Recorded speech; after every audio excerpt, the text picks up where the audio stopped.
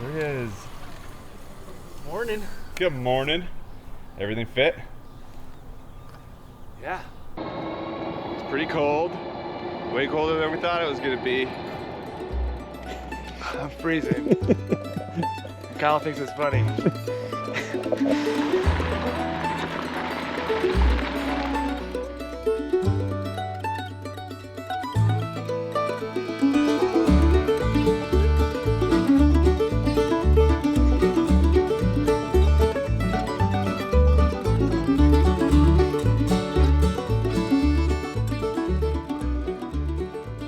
Welcome back to Where the Wild Roam. Kyle and I got up early this morning to come out and have ourselves a river experience. And not just any river experience, a wild and scenic river experience. And when Kyle and I say wild and scenic, we mean wild and scenic with a capital W and a capital S. Rivers that are protected under the Wild and Scenic River Act. And we're on one right now, the Deschutes River in Central Oregon.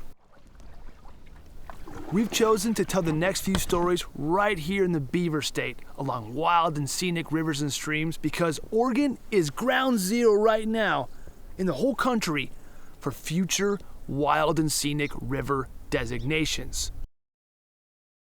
To kick things off and learn a little bit more about existing wild and scenic rivers, we met up with Erik Fernadez from Oregon Wild, an organization that has a long history of protecting wild and scenic rivers. Let's check in with Erik to learn a little bit more. Erik, thanks so much for coming out with us. We're on a beautiful wild and scenic river right here. So first question for you. It feels to me that times that we've been kind of handed this torch, this legacy of wild and scenic rivers, like the Deschutes. We're so lucky that act exists. Why do you think, though, personally, that act was created in the first place? I'm so glad it was created. If you go back up to the middle of the last century, a lot of the country's biggest iconic rivers were being dammed. And there was a sense in Congress and the public that we needed some free-flowing rivers. We needed some wild rivers as a part of our nation's natural legacy. And we needed to protect those rivers, at least some of them. And so there was a push in 1968 to pass the Wild and Scenic Rivers Act. And thank goodness we did, because otherwise even more rivers would be dammed and we'd have fewer and fewer wild rivers today. What do you think? Yeah, let's do it. Okay.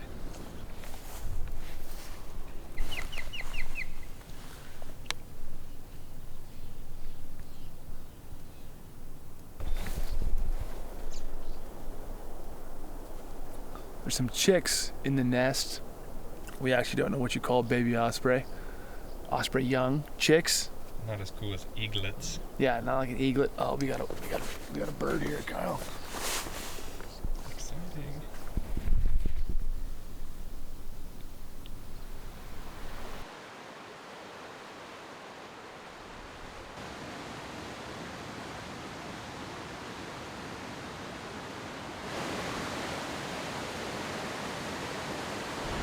So the Wild and Scenic River Act protects free-flowing rivers.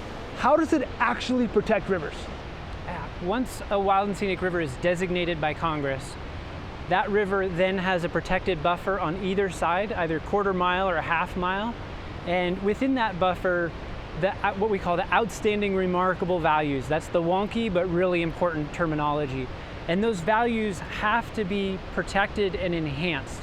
Those values can be anything from recreation to scenery to clean water, climate refugia, wildlife, fish, lots of different values, and those values are then protected and enhanced within the river corridor. What if I own private property in the river corridor?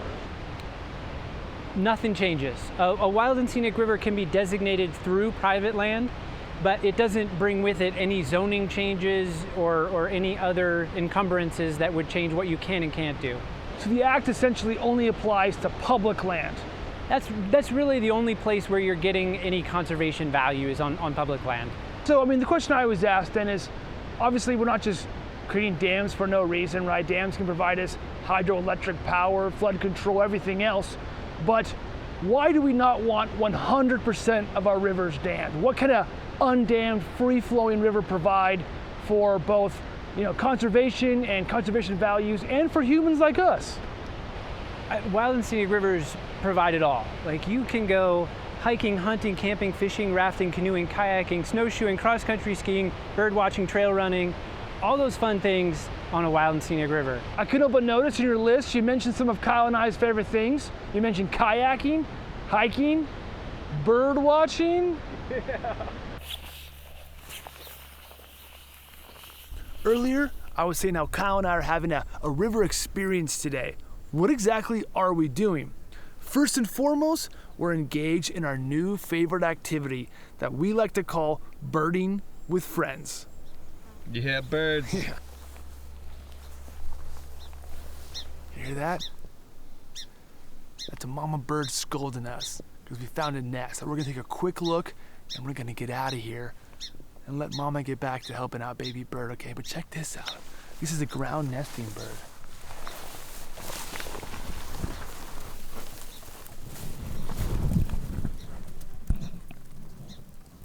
No, baby. Before you go calling us bird nerds, right? Let's talk about how cool birds are and why birding is cool. So, when you watch like a safari show, right? You watch like some animals eat other animals, and some animals are eating plants, right? And other animals are eating the animals that eat the plants. And some animals are small and eat small plants. Some animals are big like elephants, right? Well, you can't always go out in the woods and just see these big, charismatic megafauna species. You can't just go out in the morning and easily watch elk and wolves and elk interact with wolves. When you go out birding, you actually get to see all that same dynamic interaction, but on a slightly smaller scale. So out here, right, we're seeing cliff swallows over here on the branch, and they're diving down, little predators, little jet fighters, and they're eating bugs. We see osprey, one of the top tier carnivores of this river ecosystem here, just brought a fish to its mate. There's chicks up in a nest.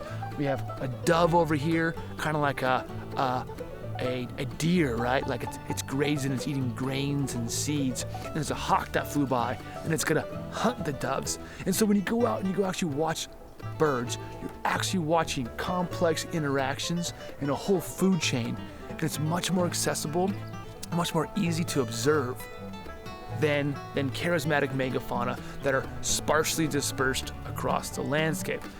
So one would argue that birding is actually very exciting, and is as exciting for Kyle and I as any sort of wildlife watching.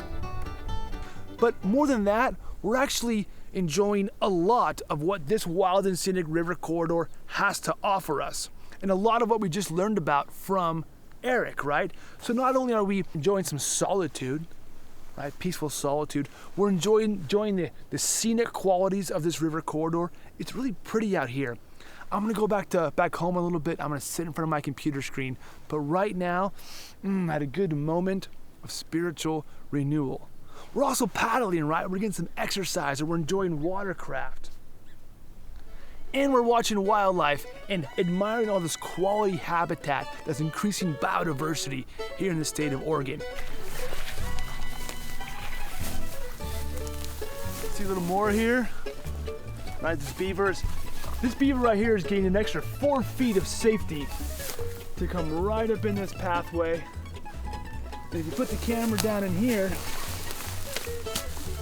you can see these new shoots where this beaver's been munching on this willow.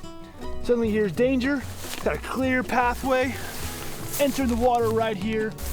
We see other animals that use these kind of beaver channels too, right? Like, see this little area right here where maybe an animal that's eaten a crawdad has come, a couple crawdad heads. So what I'm thinking is right here, look at this pile of dead crawdads. Whoa, look at this.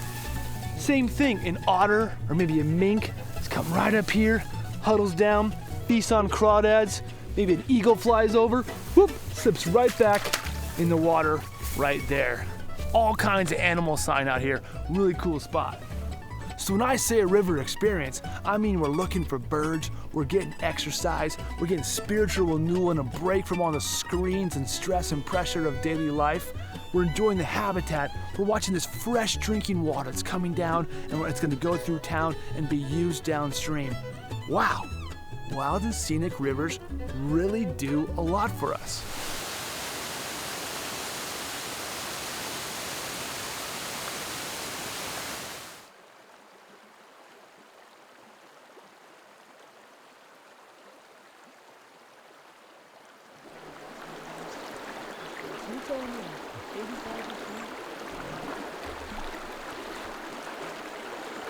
How long has Oregon Wild been around for? How long have you been stewards of Oregon landscapes?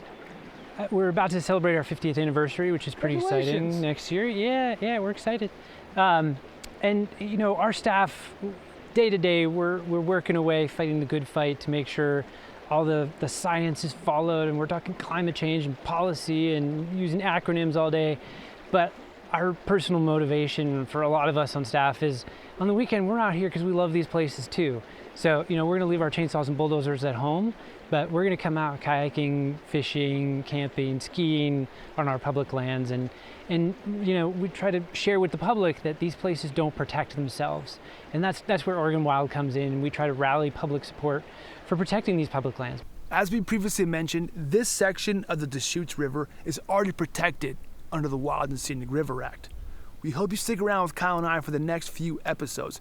We're going to be exploring proposed designations of future sections of rivers or entire rivers to be designated wild and scenic right here in Oregon.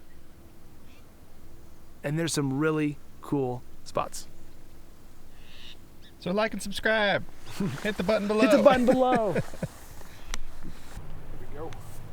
Love that you're still wearing the PFD for safety. You'd never be too safe. I could trip and fall in that creek from right here. And by creek, I mean the Deschutes River.